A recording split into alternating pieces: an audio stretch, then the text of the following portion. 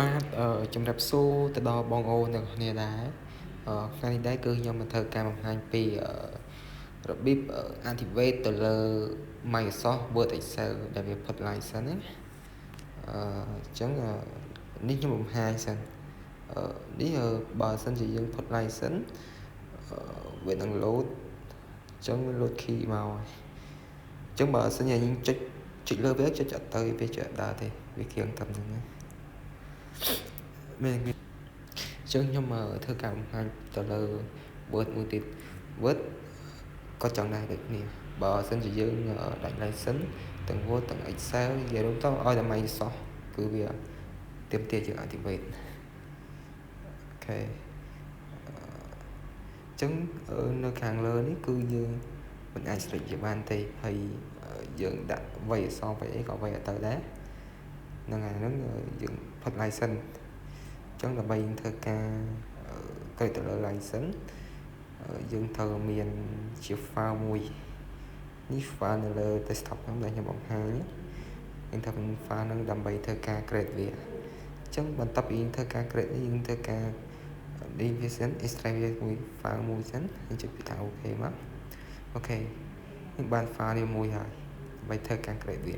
មុននឹងធ្វើការ create វាយើងត្រូវធ្វើការបិទទៅលើ Windows City សិនដើម្បីកុំឲ្យវាចាប់ណាអញ្ចឹងបើយើងអត់បិទទេវាចាប់អញ្ចឹងយើងអាចធ្វើអត់បានទេតែនេះខ្ញុំបិទហើយតែនេះខ្ញុំចង់ធ្វើការបង្ហាញទៅកាន់បងប្អូនទាំងអស់គ្នាអញ្ចឹងណាក្នុងការបិទចូលតាមវិធីណាអញ្ចឹងចូលទៅបង្ហាញដូចខាងក្រោមហ្នឹងអញ្ចឹងត្រូវធ្វើការបិទវាទាំងអស់អោនទាំងអស់ចានេះធ្វើការបិទទាំងអស់អូខេខ្ញុំធ្វើការបិទពេលខ្ញុំធ្វើការបិទខ្ញុំជួយធ្វើការចុចទៅលើ file មួយហ្នឹងហើយយើងចុច mouse តាមលើវាឬក៏យើងធ្វើការស្រេចលើវាពីរដងក៏បានដែរអញ្ចឹងយើងយកពាក្យ mouse តាមលើវាយកពាក្យថា run បន្ទាប់ពីយើងធ្វើការចុចពាក្យថា run ហើយយើងធ្វើចុចលេខ1ទៅលើ keyboard អូខេបន្ទាប់ពីយើងធ្វើការចុចលេខ1ហើយយើងធ្វើការរងចាំវាបន្តិចដើម្បីឲ្យវាដើរសិនទង់ហែ2នាទីបាទអូខេចឹងយើងធ្វើការរងចាំវាដោយសារនេះកុំព្យូទ័រខ្ញុំ slow តិច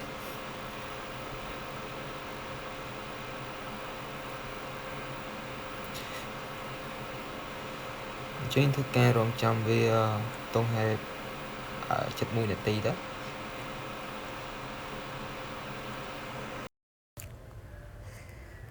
អូខេមកដល់ត្រង់ចំណុចនេះចឹងវានឹង load មកណាវា load មកពេញណាចឹងយើងមើលតាមអ្វីខាងក្រោមដូចខ្ញុំបង្ហាញទៅពេលដែលវាចេញបែបហ្នឹងចឹងយើងអាចធ្វើការចុច enter វាមួយលើ keyboard ហើយចុច find ហើយបន្ទាប់មកយើង find ចេញអស់មកចូលមកទំព័រដើមវិញបន្ទាប់មកយើងបិទ Excel សិនហើយកម្មវិធី Word យើងបិទអស់សិនមកហ្នឹងហើយ find ចេញអស់សិនអូខេអញ្ចឹងយើងនឹងចូលមើលទៅលើ Microsoft Word យើងម្ដងទៀតអូខេអញ្ចឹងធ្វើការតេស្តទាំងអស់គ្នាវា slow តិចវាដើរយឺតហ្នឹងហើយនេះលើកមុនវាទាមទារយើង activate អញ្ចឹងយើងមិនអាចចុចសរសេរបានហើយចុចបានអីទេពេលដែលយើងធ្វើការ activate ទៅលើ Microsoft ហ្នឹងហើយអញ្ចឹងយើងអាចសរសេរបានណាតែពីមុនយើងសរសេរអត់បានទេដោយសារវាដាច់ license អញ្ចឹងយើងធ្វើការ grab license នេះឡើងវិញអស់អូខេអញ្ចឹងខ្ញុំតេស្តទៅលើ Excel មួយទៀតហើយពាក់ព័ន្ធជាមួយ Excel ក៏អញ្ចឹងដែរគាត់វង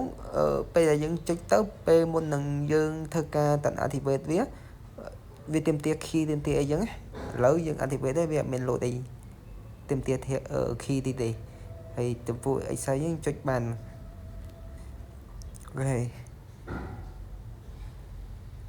ហើយជាចុងក្រោយវីដេអូខ្ញុំមានប៉ុណ្ណឹងហើយកុំជួយហើយកុំភ្លេចជួយចុច subscribe ដើម្បីទទួលបានវីដេអូថ្មីៗពីខ្ញុំបាទសូមអរគុណ